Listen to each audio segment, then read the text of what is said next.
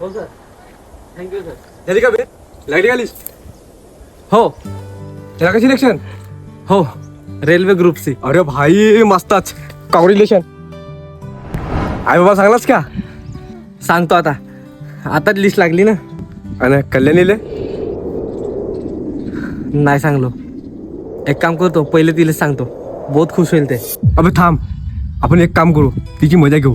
तिला ह्यावेळेस सांगू नको का नंबर आला म्हणून. नाही बे, तिला माहीत होईल तर बहुत रागाला येईल ते.